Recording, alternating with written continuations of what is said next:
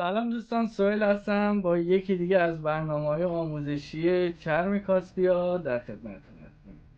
امروز هم طبق معمول براتون یه الگوی رایگان گذاشتم توی دیسکریپشن، برید دانلودش کنید. اونم الگوی این کارتی زیباه که میتونید برید دانلود بکنید و استفاده کنید ازش.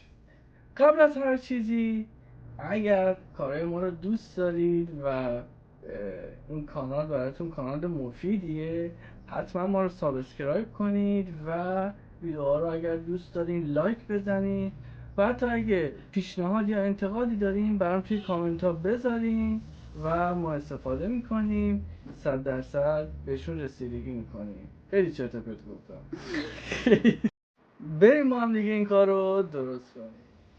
دوستای عزیز، این الگویی که من براتون توی دیسکریپشن گذاشتم این قسمت تست پیجشه. همونطور که میدونی اینجا رو میتونی اندازه بگیری. اگر هر طرف 5 سانتی متر بود درست در واقع پرینت گرفتید. باید پیج سایز رو روی اکچوال سایز بذارید و پیج ستاپ هم حتما آچه ها رو انتخاب بکنید.